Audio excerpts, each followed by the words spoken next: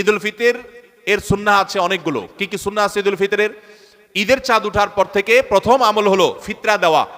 পরিবারের সবার তরফ থেকে গরিব অভাবী লোকদের কাছে, আপনার পরিবারে 5 জন হলে 5 জনের পক্ষ থেকে ফিতরা আপনি খাবার পৌঁছে দিবেন গরিবের বাসায়। এটা হলো প্রথম আমল।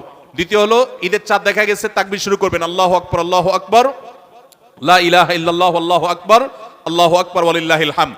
বেশি বেশি করে পড়তে থাকবেন। এটা পুরুষ হোক নারী হোক সবাই, পুরুষ একটু জোরে জোরে, মহিলা একটু আস্তে আস্তে। অবশ্য ওইটা ঈদগাহে আসার সময় জোরে জোরে পড়বেন, একইদে জোরে একইদে আস্তে, কিন্তু এমনি স্বাভাবিক অবস্থায় সাধারণ গতিতে পড়বেন নারী পুরুষ সবাই যার যার মতো করে তাকবীর। এবং বিশেষ করে এই তাকবীর এটা জিলহজের প্রথম দশকে পুরো দশক ধরেই পড়তে হয়। যাই হোক, এই ঈদের চাঁদ উঠার পর থেকে ঈদের নামাজ পড়তে তাকবীর আমরা শেষ করে পড়তে থাকবো। তৃতীয়ত হলো মেসওয়াক করবেন। 4 নম্বর হলো গোসল করবেন ঈদের দিন উপলক্ষে। 5 নম্বর হলো সুন্দর পোশাক পরবেন, যা আছে এর মধ্যে সুন্দর, নতুন হওয়া জরুরি না। 6 নম্বর হলো সুগন্ধি ব্যবহার করবেন। 7 নম্বর হলো আপনার খেজুর খেয়ে তারপরে ঈদগাহে আসবেন, খেজুর খেয়ে মিষ্টিমুখ করে ঈদ উল ফিতরে ঈদগাহে আসবেন। এরপরের সুন্নাত হলো যে রাস্তায় ঈদগাহে যাবেন আরেক রাস্তায় ঈদগাহ থেকে ফেরত যাবেন। এগুলো হলো ঈদের সুন্নাহ। ঈদ উল ফিতরের সুন্নাহ সমূহ কি কি? ঈদ উল ফিতরের সুন্নাহ সমূহের মধ্য থেকে সব কিছুর আগে যে সুন্নার নাম চলে আসে সেটা হলো তাকবীর পাঠ করা। আল্লাহু আকবার, আল্লাহু আকবার, লা ইলাহা ইল্লাল্লাহু, আল্লাহু আকবার, আল্লাহু আকবার, ওয়ালিল্লাহিল হামদ। এই তাকবীরটার পাঠ শুরু হবে কখন? ঈদের চাঁদ দেখা যাওয়ার পর।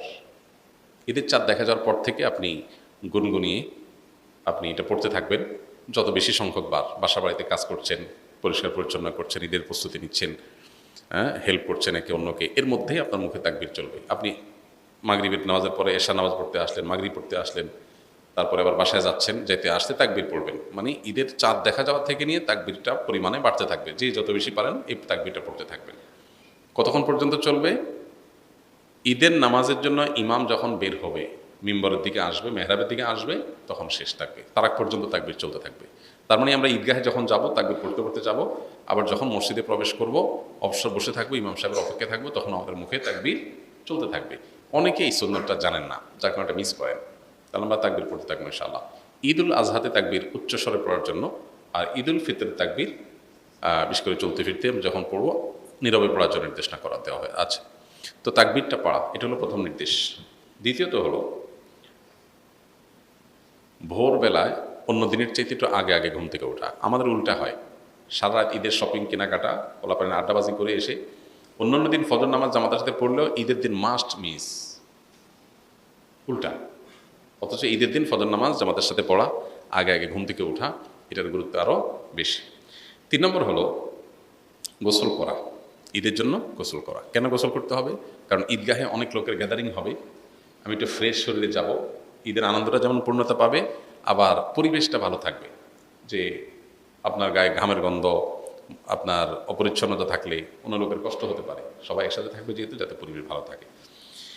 এরপরে আরেকটা সুন্নাত হলো ঈদের দিন আমরা যার যা পোশাক আছে এর মধ্যে উত্তম পোশাকটা পরবো। এখানে একটা ভুল কথা প্রচলিত আছে, নতুন পোশাক পরতে হবে। ঈদের দিন নতুন পোশাক পরা সুন্নত না। সুন্নত হলো কোনটা? যেগুলো আছে আপনার এর মধ্যে তুলনামূলক ভালোটা পরবেন, সুন্দরটা পরবেন। ঈদ সুন্নত ছাড়া, নতুন কাপড় ছাড়া ঈদ হবেই না, এই কনসেপ্টটা আমাদের মধ্যে ঢুকছে ভুলভাবে। এটা শরিয়ার কনসেপ্ট না। নতুন পোশাক ঈদের জন্য জরুরি না। সাহাবীরা প্রতি বছর একটা করে জামা কিনতে পারতেন না, 2-4 জোড়া জামা দিয়ে জীবন পার করে দিতেন সেই 1450 বছর আগের মানুষ। এজন্য ঈদের দিন যার যা পোশাক আছে এটার মধ্যে উত্তম পোশাকটা পরব। আরেকটা সুন্নত হলো মেসওয়াক করা। এটাও এই জন্য যে আমরা অনেক গ্যাদারিংয়ের মধ্যে যাবো, ঈদগাহে সব মানুষের সাথে মিশবো, যাতে মুখে দুর্গন্ধ না হয়, পরিবেশ নষ্ট না হয়, অন্যের কষ্ট না হয়, সেজন্য। আরেকটা সুন্নত হলো সুগন্ধি মাখা ঈদের দিন। আরেকটা সুন্নত হলো ঈদগাহে যাওয়ার আগে ঈদ উল ফিতরে কিছু খেয়ে তারপর যাওয়া। ঈদ উল আজহাতে না খেয়ে যাওয়া। ঈদ উল ফিতরে হলো ঈদগাহে যাওয়ার আগে একটু খেজুর অথবা মিষ্টান্ন কিছু একটু খেয়ে তারপরে ঈদগাহে যাওয়া।